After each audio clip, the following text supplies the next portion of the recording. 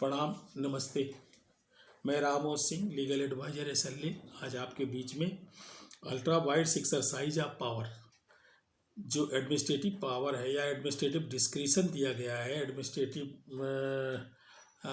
Power में ultra wides power कब हो जाती है, उनको समझने की कोशिश करते हैं। उसके लिए आप हाईलाइट के रूप में मैं बता दूं कि आपको आपके पीछे की वीडियो में एब्सोल्यूट डिस्क्रिशन का एक वीडियो था, judicial control of administrative discretion का था, एडमिनिस्ट्रेटिव डिस्क्रिशन एंड डिस्क्रिमिनेशन पे एक था, और एडमिनिस्ट्रेटिव लॉ पे जो बेसिक पॉइंट थे वो थे। और अभी आज का जो वीडियो है वो ultra vires exercise of power का है। एडमिनिस्ट्रेटिव वही डिस्क्रिशन में ही ये आएगा, डिस्क्रिशन में ही आता है। Where the administrative authority who is vested with the discretionary power does not himself exercise the power but subdelegates it to subordinate authority, it would amount to ultra vires exercise of power. Similarly, where the authority designates acts under the dictation of a superior authority and does not consider the matter itself, means where the administrative authority who is vested with the discretionary power does not himself exercise the power, खुद नहीं करता है और सब delegate कर देता है वहाँ। और जो डिजिग्नेटेड अथॉरिटी है वो अपने सुपीरियर का ऑर्डर फॉलो कर लेती है, उनके डिक्टेशन को ले लेती है। तो दोनों जगह ये दोनों कानून की नज़र में बैड है। The court has held the exercise of power to be bad. Case law है, केस को समझिए।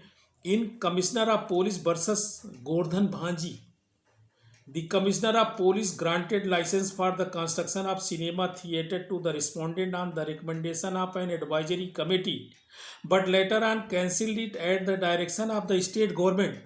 एडवाइजरी कमेटी के सजेशन पे उन्होंने सिनेमा बनाने के लिए ऑर्डर वो दे दिया, परमिट कर दिया, लेकिन स्टेट या चीफ मिनिस्टर किसी ने बोल दिया कि नहीं उसको कैंसिल करो, तो कैंसिल कर दिया।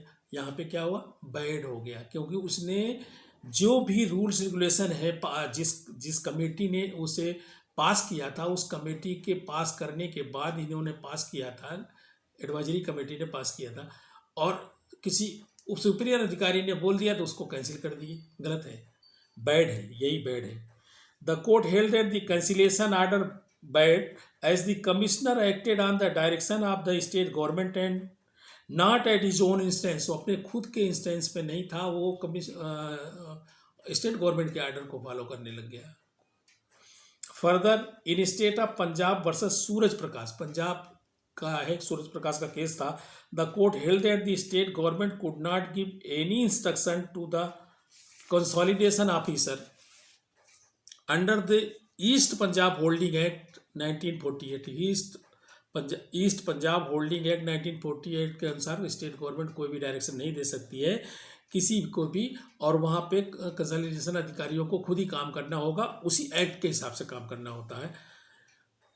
As there was no provision in the act empowering the state government to give any instruction to the consolidation officer, और कंसोलिडेशन ऑफिसर को सरकार ने ऑर्डर किया कि ऐसा करना वैसा करना, वैसा कर दिया, वो बैड हो गया। ये जो है ना, यहाँ पे जो है ना एक्सरसाइज जो है वो गलत हो गई, और जिसको हम अल्ट्रा वाइड्स में मान लेते हैं, अल्ट्रा वाइड्स एक्सरसाइज हो गई। एक और केस है, the case of Pratappur company limited versus cane commissioner of Bihar, provides an illustration of the ultra vires exercise of discretion. Here, the Supreme Court questions the orders of the Kane Commissioner Bihar by which he had excluded 99 villages from the area reserved by him in favor of the appellant sugar company under the sugarcane control order. The Kane Commissioner had been dictated by the Chief Minister in this regard. The court pointed out that under Class 6 of the order, the power is exercisable by the Kane Commissioner alone. He could not abdicate his responsibility in favor of the state government or the chief minister. The interference by the chief minister in the matter thereof made the order bad. Pratappur company limited जो केन company थी, केन commissioner ने जो भी exclusion किया था 99 villages का area reserve किया था, उसमें चीफ मिनिस्टर के आर्डर को फॉलो कर लिया। चीफ मिनिस्टर के आर्डर को फॉलो करने की वजह से उसे जो है ना इसे बैड माना गया, क्योंकि इनको खुद ही अपने हिसाब से करना था और किए भी।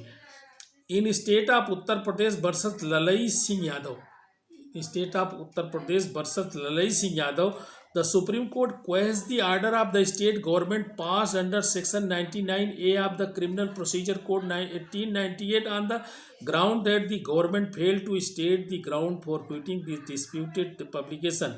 Under Section 99 of the code, the government could pass an order of forfeiture of the publication where it contains any matter which promotes or intended to promote.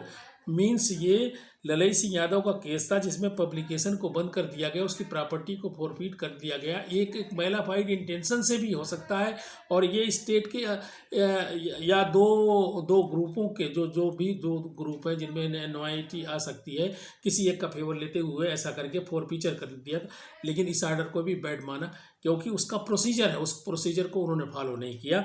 और जो प्रोसीजर है intended to promote feeling of enmity हेटेड between different classes of citizen in India, it requires a statement of ground on which the government's opinion is based. The impugned order of the forfeiture was without declaration of grounds. कोई declaration ground था ही नहीं जिसकी वजह से उसको forfeit कर लिया गया था। The court rejected the contention of the government that grounds on which the opinion was formed could be implied from the order.